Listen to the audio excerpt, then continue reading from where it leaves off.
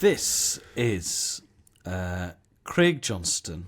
I think it's part of the build-up to the 1986 FA Cup final on Grandstand, which is Liverpool versus Everton. And Mike has just watched it and described it as the most 80s clip of all time. So, I must admit, I did a little bit of background into this because Tony Gubba seems to imply that Craig Johnston was so desperate for his firstborn to be born in Australia that he took 3 months off from playing for Liverpool so he could move back to Australia so the baby could be born there. And then Kenny Dalglish said, well, as long as you keep yourself fit, you can be back. You can win your place back in the team. Yeah. Now, I texted my mate Ashley, who's the biggest Liverpool fan I've ever met. Yeah. Oh, you know Ashley, don't you? Ashley, yeah. And who's got an encyclopedic knowledge of the 1980s Liverpool football team. Yes. And he doesn't remember that sabbatical, but he did remember Chelsea being his firstborn being born and all this kind of stuff. Probably, I think she was born just before the 84 European Cup, blah, blah, blah. Yes. He's like, I don't remember that. He got loaned back a couple of times. When he was at Middlesbrough, he got loaned back to Newcastle, which, as in the Australian Newcastle. And again at Liverpool. I think that was earlier than this. So I don't think that would be... Yeah. That doesn't really tally time-wise.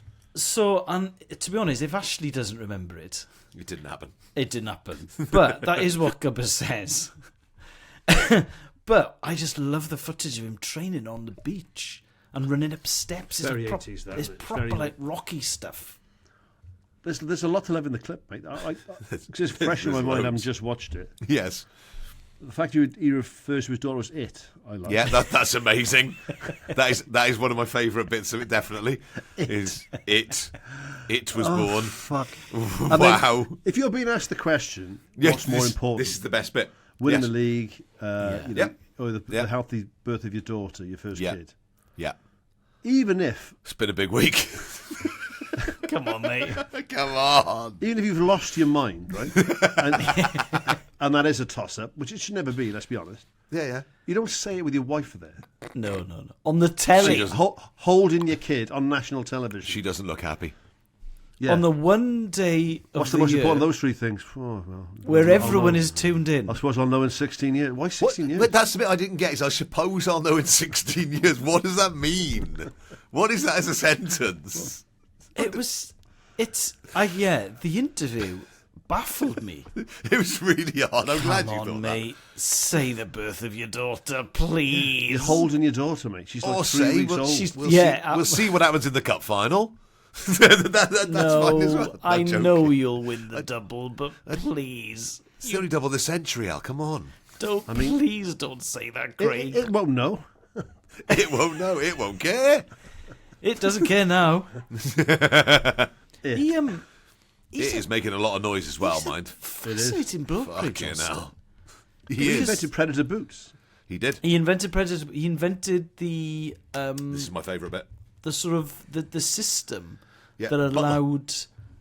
He invented the sort of software that allowed hotels to know if stuff had been removed from minibars. Yeah. That was Craig Johnston. He also, right. Now let's look at his record as a footballer. He won 5 league titles, Liverpool. Mm-hmm. He won the FA Cup. Yeah. European Cup.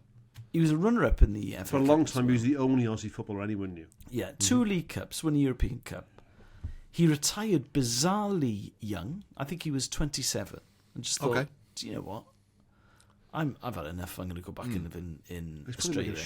He was still a great player. For someone who was so committed to being Australian, and wanted his daughter to be Australian, he turned down the chance to play for Australia, saying, I wouldn't want to surf for England. Why would I want to play football for Australia? Yeah. Did he indeed? Yes, he did, yeah. And yet his Porsche car had the personalised registration plate, Rue 1. Yeah. And everyone knew it was his car in Liverpool. Yeah. And because Liverpool is a small city, really. So everyone knew it was his car. People used to see his car all the time. And think, it's Craig Johnston's Porsche. Yeah, because most of the boys then had like Granadas and stuff. There wasn't you might have a Golf or an Escort XR3. Yeah, and Liverpool was such a poor place. So if there was a Porsche, people were like, oh my God, what's that doing there? But the training montage, I really miss those shorts. Yeah, and the trainers are fantastic. When he's running up the steps, and they just about cover his arse cheeks, those shorts. Yeah. And I love the little rapid step at the top. I don't know what that's for. Yes. And then running down look at this sand dunes. So he invented the Traxian sole for football boots. So he's an inventor. Yes. He invented the Predator, obviously, which is still made as a boot. Yeah. Johnston invested heavily in a football school idea for inner-city children, but failed to win expected business backing and went bankrupt. He was made temporarily homeless as a result. And he's since forged new career as a photographer. He's the most interesting footballer of all time, I think, Craig Johnston. I think if you're an inventor, if you've invented things as far apart as the Predator and the minibar thing... Yeah. What a mind. You must have invented a lot of shit as well. That's such a good point. Yeah. You must be like the guy in Chitty Chitty Bang Bang. Your house must look like that. Caractacus Potts. Caractacus Potts, yes. You must look exactly like that. Do you know, I've only ever known one inventor. Okay. And I went out with a girl when I was at university, and her dad was a lovely fella, right? I only met him a couple of times. We didn't go out with each other for long. But he was an inventor. His name was Sidney Crump. And it's the best inventor's name of all time. That is exactly what it is. What do you do? Of course you do, mate. Yes, fine. Yeah, I can just imagine Craig Johnston's house is just full of prototypes. Oh, yes, yeah. Like the wrong trousers. Yeah, yes. Just fucking eggs on toast, please. Put it in the toaster, fry the egg. He's one of those people, I reckon, who's always trying to improve existing technology. It's just fine. It's just fine. You know, but if you can, this is a weird thing, right, about capitalism and the way things work. If you can think of a little thing that makes people's life a little bit easier, and you can patent it, you'll make a fucking fortune. Imagine the first guy who these used to have cables on to start with, but the first guy who went with the remote control. How lazy, given how small living rooms were in those days. Yeah. And how small they still are. Let's be fucking honest. They had 3 channels. There wasn't a lot to choose from, and yet someone went, I can't be fucked, man. Wouldn't life be so much easier? How much time would you say? Shitloads of time. I was going to sit here.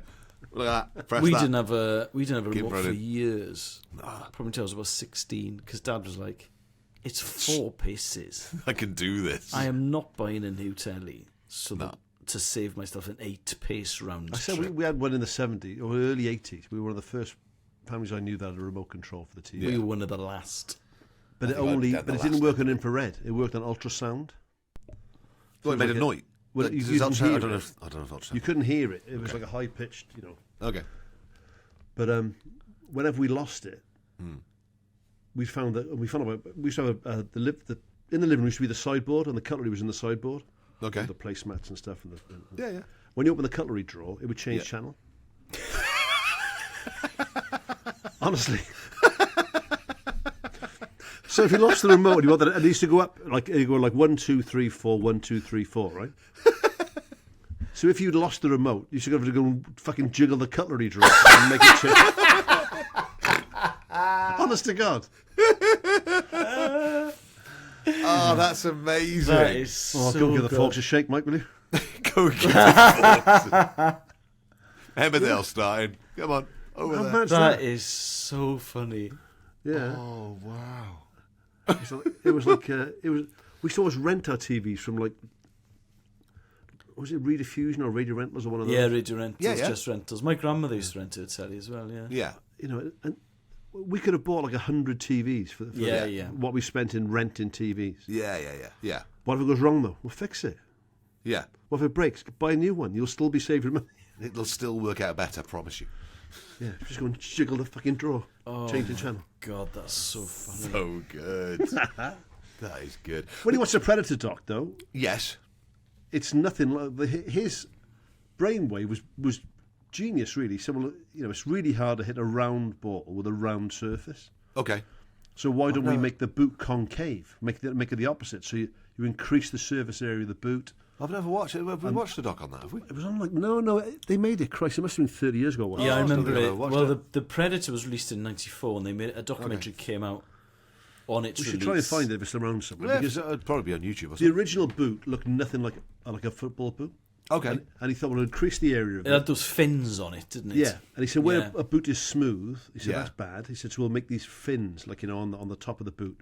Okay. But it curved the opposite way to a boot. Oh, right, okay. And it was supposed to impact more spin and, all this. But then Adidas bought it off him. Right. So he must have made a fucking lot of money off it. Probably. And then just became a thing. They got rid of the concave bit. They turned it back into a normal-looking boot. And then it just looked like a boot then. Yeah. But the one he designed was nothing like that. Yeah. Well, they've re-released a load now, haven't they? Like a whole new version. It's lush. He initially, because he wanted it to be a really grippy surface, he was ahead of his time there, because modern footballs, like the 130 quid one, not the sort of 30 quid one, has that grippy surface on it. Or they have them on them. Bit like netballs used to. Yeah. And so, because you've got that grippy stuff on a modern boot, it just means that you're effectively guaranteeing a good first touch. Yeah. Whereas I might have re-released the 1995 Premier League ball, and they made it to 1995 Premier League match ball specs. But it's leather. Yeah, is it hard? It's leather and hard, so we played with it in the wet. And obviously it's skidding off your boots, and you look stupid, whereas a sort of modern ball doesn't do that as much. Are So they he still was... leather, They're not leather, are they? Yeah, so you know those Super Bowls that you can buy, the kids like, that are mega, that can bounce the height of a house. Those ones. Yeah, they're wicked. Which is what the Super Bowl is named after. Huh? True story. So when the AFL and the NFL were competing for players and was going to bankrupt both leagues essentially, and they decided to merge the teams, and they said we'll have the winner of each league will play each other in the NFL AFL Championship game. It was originally called. So it was the first two were AFL NFL Championship games, or NFL AFL Championship games. Then they said in the third year we'll actually integrate the teams. We'll play games against each other in the regular season. Yeah. And they wanted a name for the championship game. Yeah. And I think one of the TV execs was it, or one of the league commissioners. Their kid had a Super Bowl and was always on about his Super Bowl. Yeah. And there was already things like the Cotton Bowl. Yeah. Was a thing. The Rose Bowl was a thing. And he went Super Bowl. And that's how it started. Cool. From the Super Bowl. Good. Well, what Johnston did, which I remember from the documentary watching it 30 years ago, was he got a razor blade and a Super Bowl off his kid, and he was slicing it. Yes, mate, that's right. That is right. And then he glued the slices to his own remember that boots. now. Yeah. And then went out to his to the training ground or whatever, to the local park. Tenterhooks. And then was taking free kicks with his modified boot. And that is how he came up with the idea for the Predator, because he realised he could get way more bend on it, because he'd glued the sort of, because it's really grippy stuff, isn't it? Yeah. But guy's little invention. I always think about things like roll plugs. You imagine how many roll plugs are used in construction, right? Yeah. It would be no exaggeration to say billions every year. Yes. Yeah, it must be. Until 30 years ago, 40 years ago, they didn't exist. Yeah. They used matchsticks or bits of wood or wood shavings. If a roll plug goes, knowing my dad is the one, he's quite practical. He'll stick a matchstick in there alongside it, and then it'll Imagine the prick who just went, well, I got an idea. Yeah. I'm going to manufacture these. If you made like a tenth of a penny of these roll plugs sold, you'd be a billionaire. Let's go 1% on everything you sell. Have the idea, fine, 1%. Well, that should give me an element, fair play. Yeah, it is, isn't it? You guys are on 1% for this. It's great. You guys can get involved in this podcast. God bless you, sweet master. You should call it I want to do is club. That's what this episode's called. I feel like a little match girl sometimes. All I want is 99% of the company. You guys come on board. Steffan's a good person, Kelly.